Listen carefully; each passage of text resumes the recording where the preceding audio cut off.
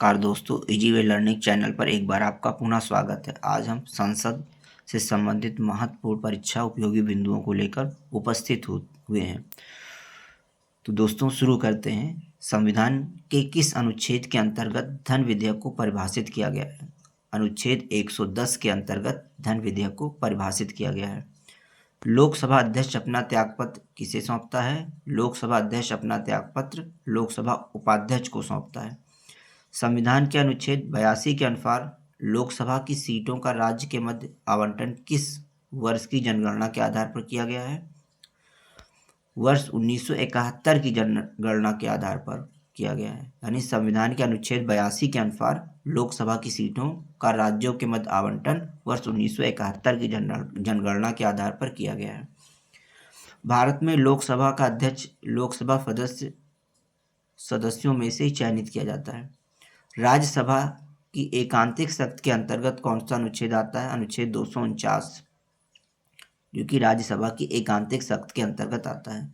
संविधान की चौथी अनुसूची किस प्रकार का प्रावधान है? इसमें राज्यसभा में स्थानों के आवंटन से संविधान की चौथी अनुसूची संबंधित है। भारतीय संविधान के अंतर्गत संसद के सदस्यों को विशेषाधिकार तथा उन्मुक्तियां को कौन सा एक प्रावधान निर्धारित करता? अनुच्छेद 105। लोकसभा और राज्यसभा की गणपूर्ति सदन की कुल सदस्य संख्या का कितना होता है? 1/10 होती है। राज्यसभा का सदस्य बनने के लिए न्यूनतम आयु कितनी होती है? 30 वर्ष। संसद के किस सदन का अध्यक्ष उसका सदस्य नहीं होता है? राज्यसभा का। भारतीय संविधान का कौन सा अनुच्छेद संसद को अंतर्राष्ट्रीय समझौतों को लागू करने के लिए विधि निर्माण करने की शक्ति प्रदान करता है? अनुच्छेद 253। भारतीय संसद में राष्ट्रपति और संसद के दोनों सदन लोकसभा एवं राज्यसभा सम्मिलित होते हैं।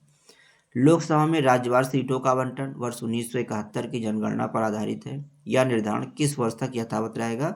वर्ष 2026 तक यथावत बना रहेगा। लोकसभा के सदस्यों की संख्या 525 से बढ़ाकर 545 किस संविधान संशोधन द्वारा की गई? 31वें संविधान संशोधन के द्वारा लोकसभा के सदस्यों की संख्या 525 से बढ़ाकर 545 की गई। लोकसभा को कार्यकाल पूरा होने के पहले किसके द्वारा भंग किया जा सकता है? प्रधानमंत्री की अनुशंसा पर राष्ट्रपति द्वारा। भारत में निर्वाचन आयोग, इलेक्शन कमीशन ऑफ इंडिया संसद तथा विधानमंडल दोनों के चुनाव के लिए उत्तरदायी है। यानी भारत निर्वाचन आयोग ही जो है संसद तथा विधानमंडल का चुनाव करवाता है। संसद से संबंधित अनुच्छेद देख लेते हैं, परीक्षा उपयोगी। अनुच्छेद 79 में संसद का गठन, 80 में राज्यसभा की संरचना है, 81 में लोकसभा की संरचना है। इसको याद रखने के लिए सरल शब्द याद रख सकते हैं। सरल, सा से संसद, रा से राज्यसभा और ला से लोकसभा। 79 में संसद है, 80 में राज्यसभा की संरचना है और 81 में लोकसभा की संरचना है। अनुच्छेद 82 प्रत्येक जनगणना के पश्चात पुनः समायोजन। अनुच्छेद 83 संसद के सदनों की अवधि है। 84 में संसद की सदस्यता के लिए अर्हता है। अनुच्छेद 85 में संसद के सत्रावसान में विघटन। अनुच्छेद 86 में राष्ट्रपति का सदनों को संबोधित तथा संदेश देने का अधिकार है। अनुच्छेद 87 राष्ट्रपति का विशेष संबोधन अभिभाषण है। अनुच्छेद 88 सदनों के संबंध में मंत्रियों और महान्यायवादी का अधिकार है। अनुच्छेद 89 राज्यसभा का सभापति तथा उपसभापति। अनुच्छेद 90 में राज्यसभा के उपसभापति के पद की रिक्त त्यागपत्र और पद से हटाया जाना। अनुच्छेद 91 सभापति के कर्तव्य के निर्वहन तथा सभापति के रूप में कार्य करने की उपसभापति तथा अन्य व्यक्ति की शक्ति है। अनुच्छेद 92 में जब राज्यसभा के सभापति अथवा उपसभापति को पद से हटाने का संकल्प विचाराधीन हो तब उसका पीठासीन न होना। अनुच्छेद 93 लोकसभा का अध्यक्ष तथा उपाध्यक्ष। अनुच्छेद 94 लोकसभा अध्यक्ष तथा उपाध्यक्ष पद की रिक्त त्यागपत्र तथा पद से हटाया जाना। अनुच्छेद 95 लोकसभा उपाध्यक्ष अथवा किसी अन्य व्यक्ति का लोकसभा अध्यक्ष के कर्तव्य का निर्वहन करने की शक्ति। अनुच्छेद 96 जब लोकसभा अध्यक्ष तथा उपाध्यक्ष को पद से हटाने का संकल्प विचाराधीन हो तो उसका पीठासीन न होना। अनुच्छेद 97 सभापति व उपसभापति तथा अध्यक्ष व उपाध्यक्ष के वेतन और भत्ते दिए गए हैं। अनुच्छेद 98 में संसद का सचिवालय है। अनुच्छेद 99 में सदस्यों द्वारा शपथ या प्रतिज्ञान है। अनुच्छेद 100 में दोनों सदनों में मतदान रिक्तियों के होते हुए भी सदनों की कार्य करने की शक्ति तथा गणपूर्ति। अनुच्छेद 101 स्थानों का रिक्त होना। अनुच्छेद 102 संसद की सदस्यता के लिए अर्हताएं। अनुच्छेद 103 में सदस्यों की अयोग्यता से संबंधित प्रश्नों पर निर्णय।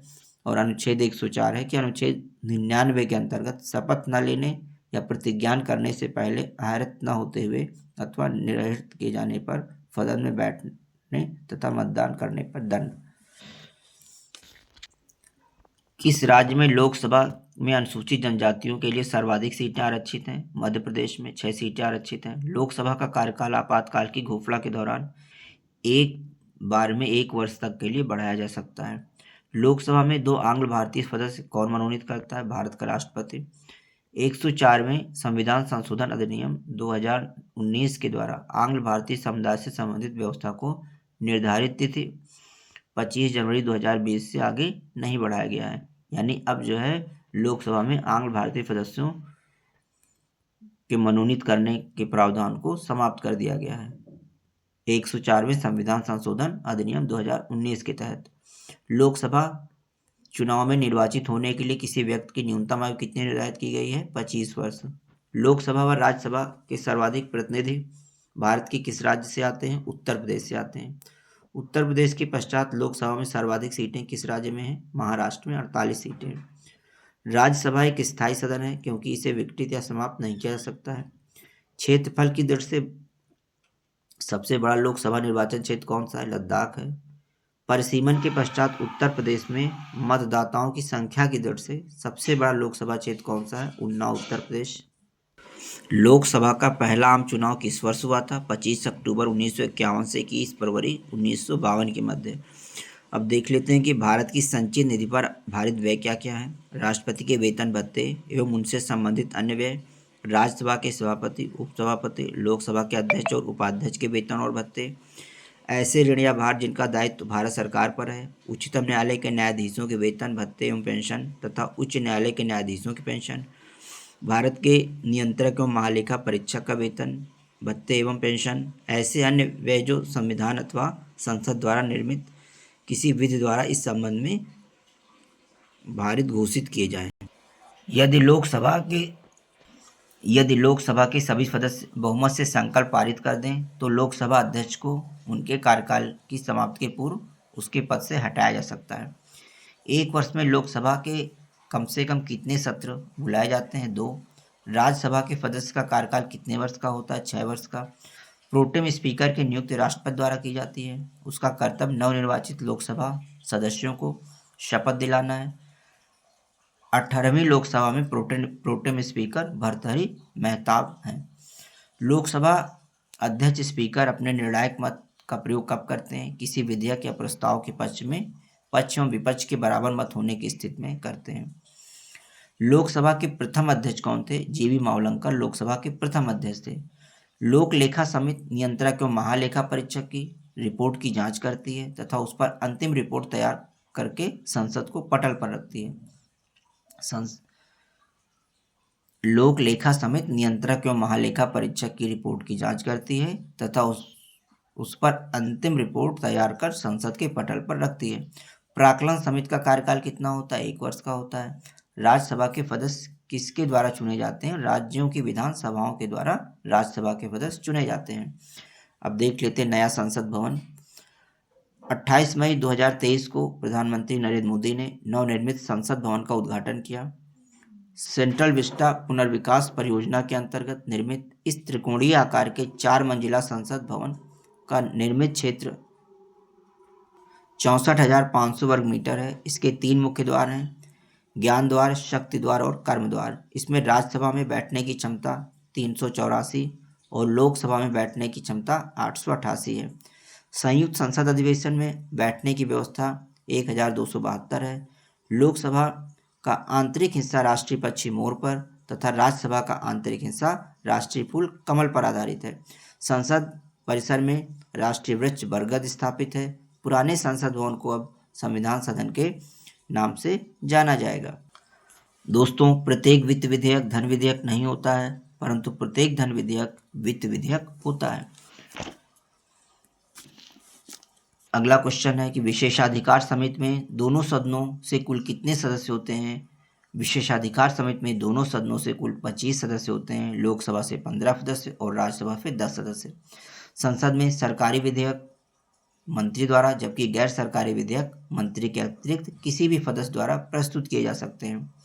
राष्ट्रपति द्वारा राज्यसभा में कितने व्यक्ति मनोनीत किए जाते हैं। 12। राष्ट्रपति राज्यसभा में 12 सदस्यों को मनोनीत करता है। राज्यसभा के लिए नामांकित होने वाली प्रथम अभिनेत्री कौन थी। नरगिस दत्त, 1980 से 86। लोकसभा की प्रथम महिला अध्यक्ष कौन थी। मीरा कुमार, जिनका कार्यकाल 4 जून 2009 से 4 जून 2014 था। मीरा कुमार लोकसभा की प्रथम महिला अध्यक्ष थी। राज्य विधानसभा में कोई भी धन विधेयक राज्य के राज्यपाल की संस्तुति के बिना या अनुमति के प्रस्तुत नहीं किया जा सकता है।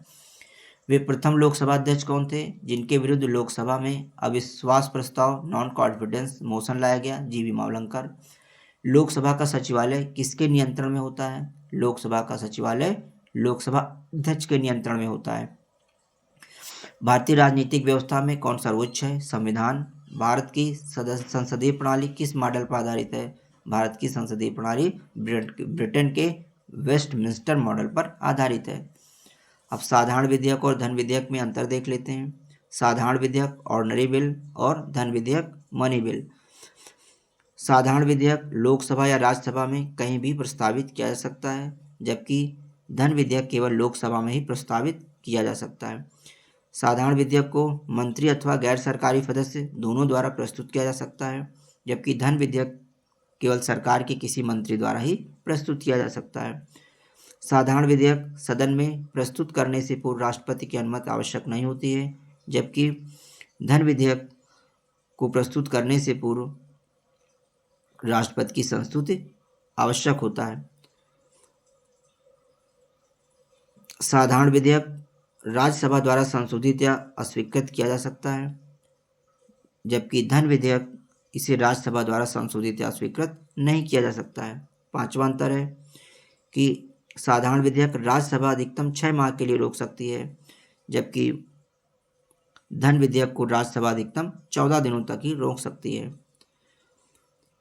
साधारण विधेयक राज्यसभा में भेजने के लिए लोकसभा अध्यक्ष के द्वारा प्रमाणित किए जाने की आवश्यकता नहीं होती है, जबकि धन विधेयक को लोकसभा अध्यक्ष के द्वारा धन विधेयक के रूप में प्रमाणित किए जाने की आवश्यकता होती है।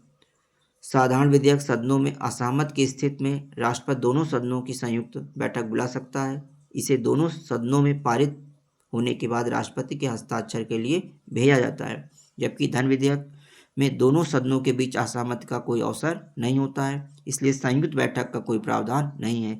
इसे केवल लोकसभा में पारित होने के बाद राष्ट्रपति के हस्ताक्षर के लिए भेजा जाता है। धन विधेयक या विधेयक लोकसभा में अस्वीकृत होने पर सरकार को त्यागपत्र देना पड़ सकता है यदि इसे मंत्री ने प्रस्तुत किया हो, जबकि धन विधेयक लोकसभा में अस्वीकृत होने पर सरकार को त्यागपत्र देना पड़ता है।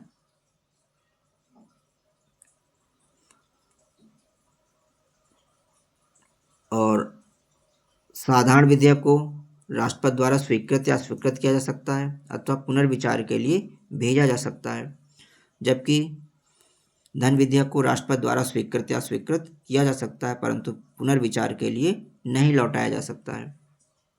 धन विधेयक एवं संविधान संशोधन विधेयक के संबंध में दोनों सदनों की संयुक्त बैठक नहीं बुलाई जा सकती है। अगला प्रश्न है, धन विधेयक संसद के किस सदन में पुनः स्थापित किया जाता है। केवल लोकसभा में। धन विधेयक राज्य विधानमंडल के किस सदन में प्रस्तुत किया जा सकता है। केवल विधानसभा में। बजट की रूपरेखा किस विभाग के द्वारा तैयार की जाती है। आर्थिक कार्य विभाग के द्वारा बजट की रूपरेखा तैयार की जाती है। करों और सरकारी कामकाज के निर्वाह में हुई अन्य प्राप्तियों से संघीय सरकार को प्राप्त होने वाला राजस्व किस निधि में जमा होता है। भारत की संचित निधि में जमा होता है। आर्थिक सर्वेक्षण इकोनॉमी सर्वे प्रतिवर्ष संसद में कब प्रस्तुत किया जाता है। आगामी वर्ष के बजट के प्रस्तुतिकरण से पूर्व। कोई विधेयक धन विधेयक है अथवा नहीं, इसका निर्णय कौन करता है। इसका निर्णय लोकसभा अध्यक्ष करता है कि कोई विधेयक धन विधेयक है अथवा नहीं। भारत की संचित निधि से धन निकालने के लिए संसद का अनुमोदन अनिवार्य है। लेखानुदान संघ सरकार को किस प्रकार की अनुमति प्रदान करता है? निश्चित अवधि के लिए भारत की संचित निधि से धन निकालने के लिए। तो दोस्तों आज के वीडियो में इतना ही रखते हैं। Thanks for watching.